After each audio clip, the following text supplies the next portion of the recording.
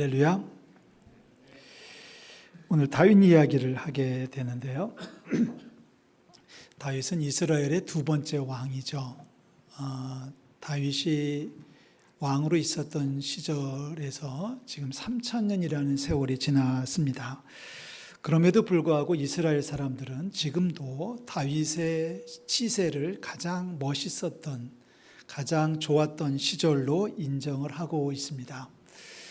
이스라엘 역사 가운데 가장 훌륭한 지도자가 누구냐 그러면 이스라엘 사람들의 대부분은 다윗을 꼽고 있고요. 언제가 제일 좋았냐라고 하면 다윗의 치세를 지금도 이야기하고 있습니다. 그래서 이스라엘 사람들은 나라의 국기를 쓰면서 다윗이 썼던 육각별을 지금도 사용하고 있습니다. 다윗이 살던 시절, 다윗이 40년 동안 왕으로 있던 시절은 분명히 나라의 영토도 많이 넓어졌고 경제도 부흥을 했고 사회적으로도 안정이 됐던 아주 멋진, 아주 천국 같은 시절을 살았던 것은 분명합니다. 그런데 우리가 다윗을 이야기할 때 다윗이 왕이 되던 그때부터가 아니라 왕이 되기 전에 다윗의 모습을 보면 정말 처량하기 그지없습니다. 저를 포함해서 여기 계신 모든 분들, 우리 장로님들이나 우리 교육자들을 포함해서 모든 분들 그 누구 하나도 이런 경험을 해보지 못했을 겁니다.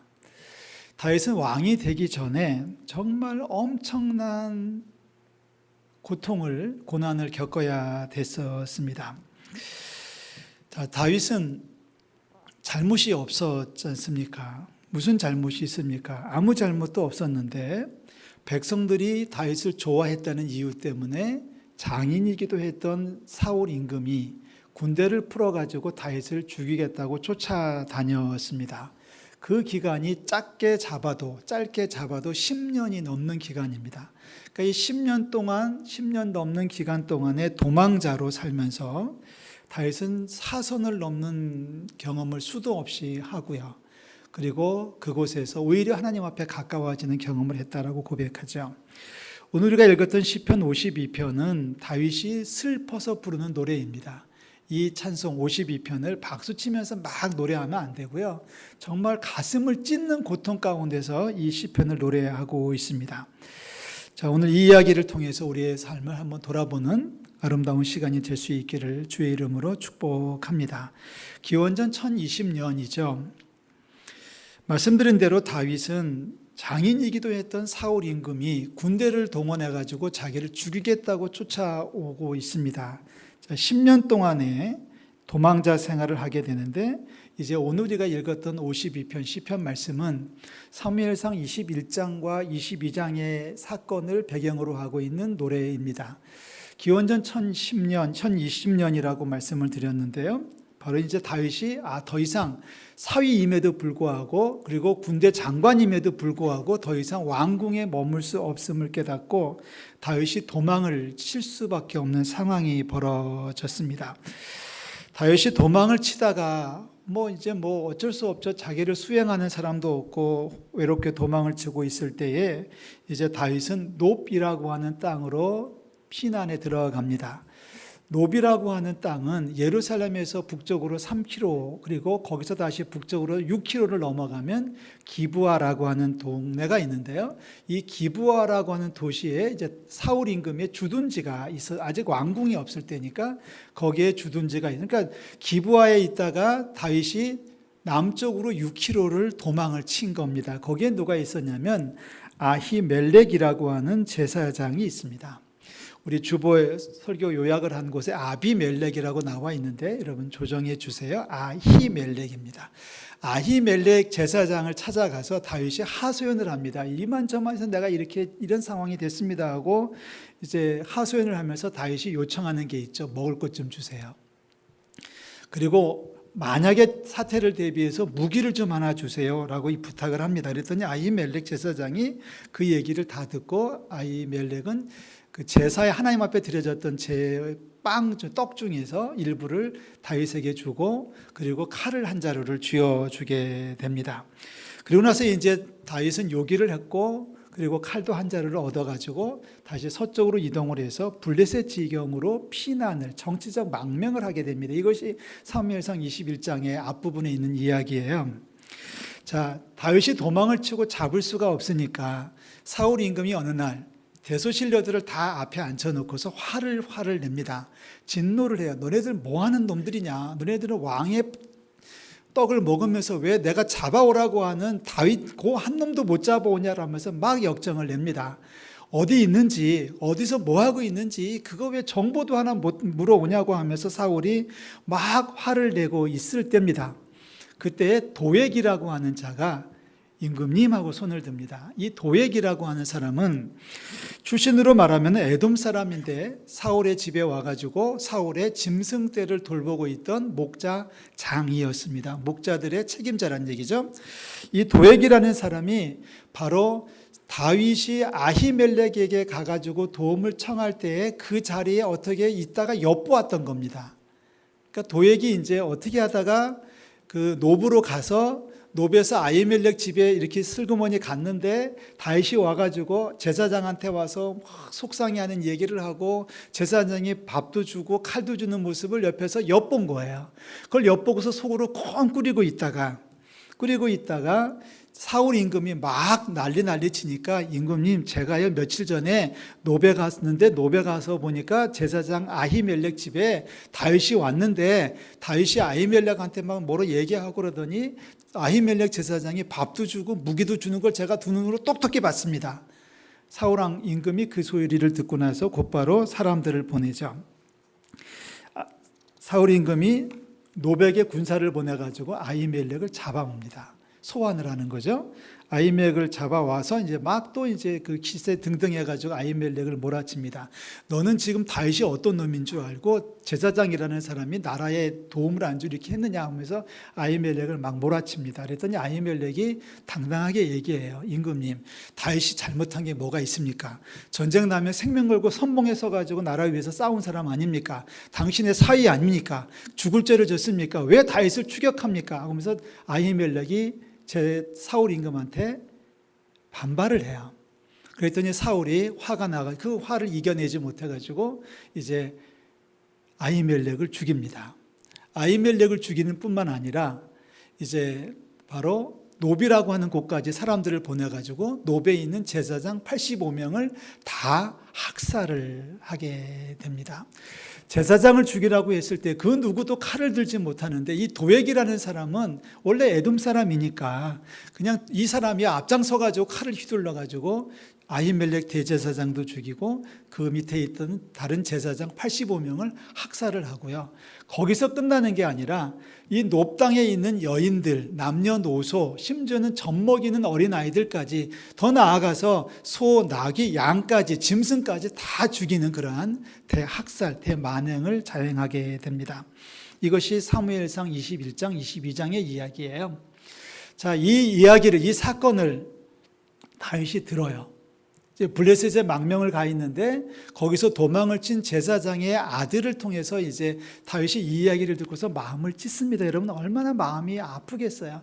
자기 하나 때문에 제사장이 85명이나 죽었고 어린아이들까지 다 그 마을 사람들이 다 죽임을 당했고 하면서 이 소식을 들은 다윗의 마음이 정말 찢어집니다. 찢어지는 다윗의 마음을 이제 하나의 시로 노래한 것이 오늘 우리가 읽은 52편이에요. 지금 우리 가운데는 내가 잘못해서 누가 죽는 일은 한 번도 경험해 보지 않은 분들이라고 저는 생각합니다. 지금 살아 계시니까 나는 안 죽었죠. 우리는 안 죽었지만 이게 있을 수 없는 일이죠. 그것도 한두 명도 아니고 그것도 다른 사람도 아니고 제사장이 85명이나 죽었어요. 거기다가 젖먹는 아이들까지 다 대학살을 당했습니다. 그 소식을 들은 다윗이 마음이 편할 턱이 없죠. 여러분 그 심정을 이해하실 수 있습니까? 얼마나 아팠을까요? 한참 울었겠죠. 눈물 많이 흐르는 이 다윗이 한참 울었을 겁니다. 밥도 못 먹었을 겁니다. 그러다가 이제 며칠쯤 지나가지고 어느 정도 정신을 차린 다음에 하나님 앞에 기도를 하는 시작하는 거. 이것이 시편 52편이에요. 시편 52편에 다윗은 이렇게 얘기합니다. 1절부터 7절까지에 보면은 너는 이라고 하면서 막 지적을 하고 그리고 경고를 하죠. 이게 바로 도액을 이야기하는 거거든요. 제사장의 집에 와서 몰래 엿듣고 가서 왕한테 고자질하고 그 누구도 칼을 들어서 제사장을 칠 수 없는 상황에서 칼을 들어가지고 제사장들을 85명이나 죽이고 그리고 어린 아이들까지 학살했던 도액을 향해서 이제 다윗은 이야기합니다. 포악한 자여라는 말을 하죠. 3절에 보니까 선보다 악을 더 사랑하며 의를 말함보다 거짓을 사랑한다. 4절 간사한 혀를 가진 자야 남을 해치는 말을 좋아한다.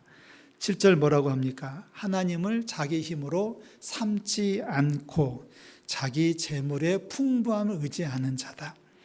자기 악으로 자기를 든든히 세워진다라고 큰소리치는 자다라고 하면서 도액을 향해서 경고의 메시지를 던집니다.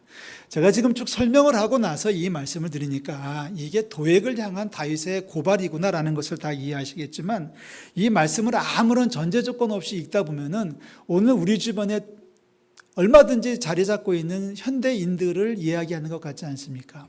선보다 악을 좋아하는 자들, 간사한 혀를 가지고 이웃을 비방하고 고발하는 자들, 하나님을 자기 힘으로 삼지 않고 자기 재물에 풍부함을 의지하는 자, 다시 말해서 돈 버는 데에 혈안이 돼가지고 돈 되는 일이라면 악도 함부로 행하는 자들을 이야기하고 있습니다. 얼마 전에 그런 사건이 하나가 발생했죠. 택시가 앰뷸런스를 사고를 내가지고 앰뷸런스를 가로막고 앰뷸런스 기사가 환자를 빨리 모시고 가야 된다 그랬는데 택시 기사가 못 가게 하고 죽으면 내가 책임진다고 했던 그 택시 기사, 여러분 그 기사를 보셨습니까? 엊그제 재판이 시작이 된 모양인데 사람이 그렇게 악해질 수 있는 것 같아요. 인정하고 싶지 않지만 사실이 그렇습니다. 그 택시 기사는 지금 몇 년 동안 그런 식으로 일을 해가지고 수천만 원을 버는 사람이에요. 상습범이더라고요. 상습범이더라고요. 일부러 가서 부딪히고 나 아프다고 눕는 사람, 뭐 택시 운전도 했고 앰뷸런스 기사도 했던 사람인데 이렇게 살아가는 사람들 우리 주변에 얼마나 많은지 몰라요. 돈이 된다고 하면 내가 재물을 축적할 수만 있다고 하면 간도 빼놓는 사람이고요. 자기 딸도 갖다 버리는 사람들이 우리 주변에 얼마나 많은지 모르겠습니다. 지금 다윗은 도액을 향해서 너 간사한 혀를 가진 자여, 너 사악한 자여라고 말하지만 어쩌면 다윗의 이 고발은 우리 주변에 하나님을 무시하고 하나님 없이 살아가는 세상 사람들을 향한 고발일 수 있다라고 하는 걸 우리가 오늘 여기서 확인할 수 있습니다. 아니, 더 나아가서 자칫 잘못하면 우리도 그렇게 될 수 있다고 하는 데 대한 경고의 나팔소리로 받아야 되지 않겠습니까?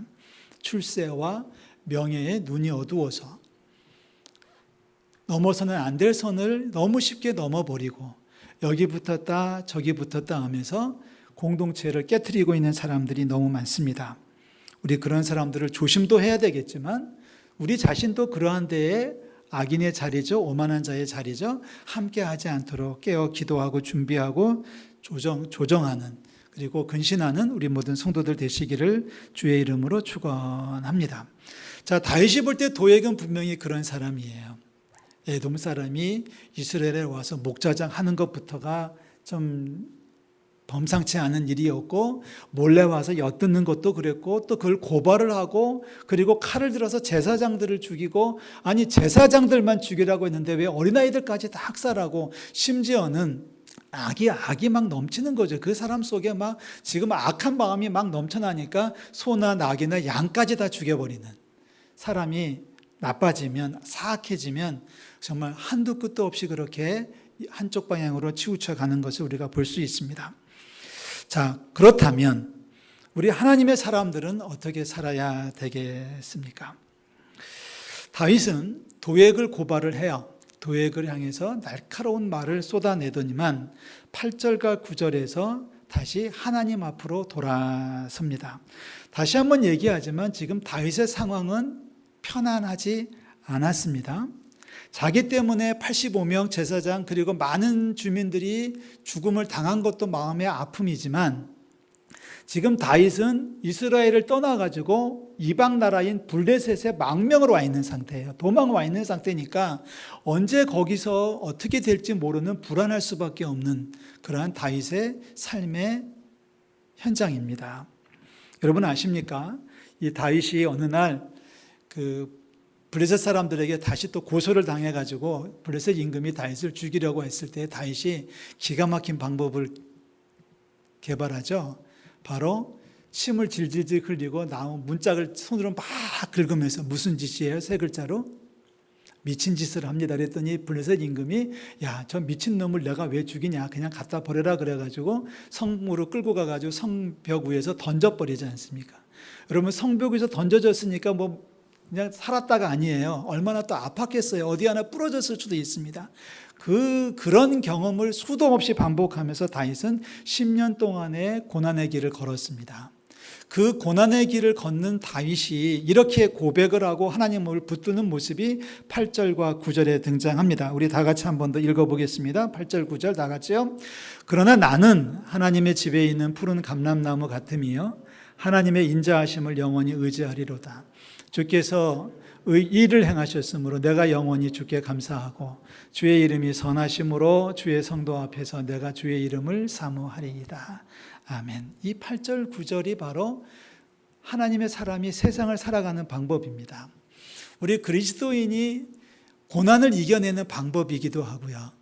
뭐 멀리 갈 것 없이 바로 오늘 우리가 살아가는 우리의 삶의 모습이 하나님의 집에 심겨져 있는 푸른 감람나무 같은 삶을 살아갈 수 있기를 주의 이름으로 축원합니다. 자, 감람나무 여러분 잘 아시는 올리브 나무가 바로 감람나무죠.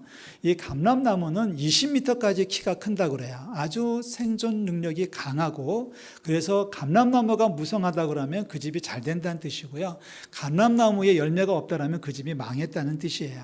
그러니까 감람나무는 올리브 나무는 이스라엘을 대표하는 나무로서 이 감람나무를 가지고 많이들 얘기를 하고 있습니다. 지금 다윗은 뭐라고 하냐면 하나님의 집에 있는 푸른 감람나무 같다라고 자기의 인생을 얘기합니다. 우리가 하나님의 집에 있는 푸른 감람나무가 되시기를 주의 이름으로 축원합니다. 상황이 그렇지는 않잖아요. 도망 다녀야 되고 언제 무슨 일을 당할지 모르지만 다윗은 얘기해요. 그러나 나는 말이지 상황이 이렇다 할지라도 나는 말이야 하나님의 집에 있는 푸른 감람나무야. 코로나가 기승을 부리고 있고 태풍의 소식이 있고 여러 가지 분쟁의 소식이 있는 이 엄중한 현실을 살아가고 있지만은 그럼에도 불구하고 우리 모든 성도들은 하나님의 집에 있는 푸른 감람나무가 되시기를 주의 이름으로 축원합니다. 자, 푸른 감람나무가 되는 모습을 우리는 8절과 9절에서 세 가지로 찾아보는데요. 자, 8절입니다. 푸른 감람나무는 첫째는 하나님의 인자하심을 영원히 의지하는 삶입니다. 푸른 감람나무, 여러분 그 앞에 뭐라고 표현되어 있냐면 하나님의 집에 있다라고 표현이 되어 있어요. 자, 이 감람나무가 엉뚱한 데 심겨져 있으면 말라 죽을 수밖에 없을 텐데 다윗이 말하는 나는 푸른 감람나무야. 내가 어디서 사는 줄 알아? 하나님의 집에 살고 있으라고 고백을 하죠. 다시 말하면 하나님의 인자하심을 영원히 의지하고 있다라고 하는, 비록 내가 도망자이고 비록 내가 블레셋에 도망쳐 와 있다고 할지라도 나는 지금 하나님의 인자하심을 영원히 의지합니다 라고 고백을 하는 겁니다. 그러니까 우리가 어디에 있느냐, 누구를 의지하느냐가 중요한 거죠. 어떤 사람들은 자기의 힘을 의지하지 않습니까? 하나님을 무시하는 사람들은 하나님이 계시면 왜 우리를 이런 고통에서 살게 하느냐라고 투정을 부리고 원망을 하죠. 그러나 우리는 분명히 믿습니다. 하나님을 의지하는 사람들은, 하나님의 사람들은 하나님이 도와주시고 보호하셔서 여기까지 왔다라고 고백할 수 있는 믿음이 있습니다. 그래서 두 번째는 감사입니다. 여러분 9절에 뭐라고 그래요? 주께서 일을 행하셨으므로 내가 영원히 주께 감사합니다. 자, 여러 가지 상황이 어렵다 보니까 마음들이 많이 악해져 가는 것 같아요. 여유가 없어지고 그리고 감사가 식어져 가는 세상을 살아가고 있습니다. 어젠가요? 이렇게 집을 가다가 자전거를 타고 가는 아주머니하고 부딪힐 뻔했어요. 제가 못 봤지만 거기서 자전거가 튀어나올 줄은 상상도 못했고요. 모르겠어요. 여러분 일방통행길에 자전거도 일방통행을 유지해야 됩니까? 저는 그 법규는 모르겠어요. 그러니까 이쪽을 보니까 차가 안 오길래 이제 건널목으로 건너갔는데 이쪽에서 아줌마가 오면서 비명을 막 질러요. 순간 돌아보니까 자전거가 코앞에까지 왔어요. 그래서 간신히 이제 피했는데 가면서 또 뭐라고 이상한 소리를 해요. 욕을 한 것 같아요. 그래서 제가 어떻게 해야 됩니까? 저도 욕해야 되는 건가요? 전에 같으면 저도 죄송해요 그러고서 이제 그냥 오든지 아니면 아무 소리 말하고 그냥 하지 않고 넘어왔을 텐데 그제는 굉장히 저도 화가 났어요. 화가 나가지고 저도 모르게 제 입에서 욕까지는 아닙니다. 그냥 운전 조심해. 자전거 여기 왜 타? 하면서 한마디를 하고 이제 넘어왔는데 얼굴은 못 봤어요. 근데 집에 와서 곰곰이 생각하니까 제 마음도 악해져 있는 것 같아요. 제 마음도 여유가 없어져 가고 있습니다. 지금 상황이 감사할 만한 조건은 절대 아니에요. 다윗을 여러분 다시 한번 보세요. 제사장이 85명이나 죽었어요. 자기 때문에. 어린아이들까지 높 사람들이 다 죽었어요. 자기는 지금 블레셋에 도망을 쳐왔어요. 뭐가 감사할 수 있어요. 그런데 하나님의 사람은 어떤 상황에서도 감사할 수 있다라고 하는 겁니다. 여러분 9절 말씀 보세요. 주께서 이 일을 행하셨기 때문에 내가 영원히 주께 감사합니다. 지금 무슨 일이 벌어졌는데요. 사람이 죽고 도망을 쳐야 됐음에도 불구하고 주께서 이 일을 행하셨기 때문에 내가 영원히 주님을 감사하겠다라고 얘기하고 있습니다. 화가 나고 애통해하다가도 다시 마음을 돌려서 주님 앞에 감사하는 것이 푸른 감람나무로 살아가는 방법입니다. 좀 어렵겠지만 그렇기 때문에 더 필요한 것이 이 상황 속에서도 감사의 조건을 찾아야 되고 그리고 감사하는 마음을 고백하고 감사함으로 세상을 살아야 되지 않겠습니까? 어제 저희 주변에 목사님한테 전화가 왔어요. 후배 목사님이 전화를 하셔가지고 그 예배하다가 울컥하고 속상해서 화도 나고 막 그런 이야기를 나누었습니다. 구청에서 직원이 와가지고 예배를 5분 남겨놓고 있는데 목사님을 불렀대요. 자기를 불렀대요. 그래서 내려갔답니다. 이제 누가 와서 전가를 하니까 이제 내려가서 이제 봤더니 그 구청 직원이 목사님도 마스크를 써야 됩니다라고 엄포를 놓더라는 거예요. 안 그러면 고발당한다고. 저 지금 고발당할 수 있겠습니다. 자, 그래서 그 너무 화가 나가지고 그래도 예배는 해야 되니까 타협을 했대요. 찬송 부를 때까지는 쓰고 하다가 설교 시간만큼은 벗고 하겠다.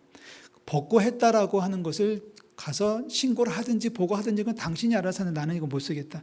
그리고 올라와서 예배를 인도하려고 하니까 막 눈물이 북받쳐가지고 예배를 못했대요. 속이 상한다고 막 그런 얘기를 같이 나눴습니다. 한 1시간 가까이 통화를 했나요? 통화를 끝내면서 이제 그런 얘기 했어요. 목사님, 그래도 감사하다, 야. 뭐가 감사하냐고 그래요. 저 그래서 내일 주일이 오는 게 감사하잖아. 주일이 안 오면 어떡하겠어? 주일이 안 올 수도 있지 않을까요? 주일이 온다는 게 감사. 그래서 오늘 예배를 시작하면서 주일을 허락해 주심에 감사하다는 고백을 첫 번째 제가 했던 겁니다. 이렇게 예배할 수 있는 것도 감사하지만 그 전에 주일이 온 것이 감사하고, 할렐루야, 주일이 온 것을 알 수 있으니 감사하고, 우리에게 소망이 있으니 감사하죠. 다윗은 화가 나고 애통해 하다가도 마음을 돌려서 감사해요. 내가 영원히 주께 감사합니다. 우리 어려운 시절을 살고 있을지라도 우리 더 많이 감사하는, 더 깊이 감사하는 저 여러분들이 되시기를 주의 이름으로 축원합니다. 자, 마지막 세 번째, 감람나무, 푸른 감람나무의 모습을 우리가 보는데요. 이렇게 얘기합니다. 다윗은 주의 이름이 선하심으로 주의 성도 앞에서 내가 주의 이름을 사모하리이다. 뭐 하겠다? 뭐 하겠다? 주의 이름을 사모하겠습니다. 여기 사모한다는 말은 크게 두 가지 의미로 해석을 할 수 있다고 그래요. 하나는 주님을 찬양한다는 말로도 볼 수가 있고요. 주님 앞에 소망을 둔다는 뜻으로도 이해할 수가 있습니다. 뭐가 됐든지 간에 괜찮습니다. 우리가 주님 앞에 소망을 두고 주님을 찬양할 수 있는 거고요. 자, 여기서 중요한 것은 소망이죠. 이게 끝이 아니라고 하는 겁니다. 다윗이 블레셋에 망명을 한 게 다 끝이 아니라 다시 돌아갈 꿈을 가지고 있었고 하나님의 의를 이룬다고 하는 소망을 가지고 있었습니다. 우리가 세상을 살아가는 동안에 소망을 잃을 수 있는 상황은 빈번히 벌어질지라도 소망을 포기해야 되는 상황은 절대로 주어지지 않습니다. 소망을 붙드시기를 주의 이름으로 축원합니다. 소망을 잃으면 인간이 아니죠. 성도가 아니죠. 신자가 아니겠죠. 소망이 있습니다. 우리의 인생은 이 땅이 아니라 하나님 나라에서도 소망을 가지고 있기 때문에 그렇습니다. 사랑하는 성도 여러분, 하나님의 집에 사는 푸른 감람나무가 되시기를 주의 이름으로 축원합니다. 다른 것 의지하지 말고요. 하나님 의지하고요. 감사하고요. 주님께서 우리를 회복시킨다고 하는 소망으로 살면 푸른 나무가 될 줄로 믿습니다. 이 푸른 나무를 조금 뒤에 가서 시인 예언자 예레미야가 예레미야 17장 7절과 8절에서 이렇게 고백하는 말씀이 있습니다. 우리 한번 다 같이 읽어볼까요? 예레미야서 17장 7절 8절입니다. 다 같이 읽습니다. 그러나 무릇 여호와를 의지하며 여호와를 의뢰하는 그 사람은 복을 받을 것이라. 그는 물가에 심어진 나무가 그 뿌리를 강변에 뻗치고 더위가 올지라도 두려워하지 아니하며 그 잎이 청청하며 가무는 해에도 걱정이 없고 결실이 그치지 아니함 같으리라. 아멘. 기도하겠습니다. 하나님 아버지, 심히 힘들고 어려운 상황입니다. 그러나 따지고 보면 다윗같이 어렵지는 않음을 오히려 감사를 드립니다. 하나님, 우리가 죽을 것 같고 죽는 것밖엔 수가 없는 것처럼 보이고 소망도 없고 해결책도 없는 것 같은 이 엄한 시절을 살고 있을지라도 눈을 들어 주님을 바라보게 하시고 주님을 의지하게 도와주시며 척박한 인생을 살지라도 살아있음에 감사하고 예배할 수 있음에 감사하고 볼 수 있음에 감사하고 하나님, 그래서 더 많은 감사의 조건으로 주님 앞에 드려지는 저희들 될 수 있도록 아버지여 역사하여 주시옵소서. 하나님, 그 잎이 청청하며 가무는 해에도 걱정이 없다고 하는 푸른 감람나무의 모습을 그려봅니다. 힘들어도 포기하지 말고 주님을 의지하게 하시고 상황이 어려워도 감사할 수 있게 하시며 아무리 절박하다고 할지라도 하나님 나라에 소망을 두고 살아가는 우리 모든 성도들 될 수 있도록 주님 역사하여 주시옵소서. 예수 그리스도의 이름으로 기도하옵나이다. 아멘.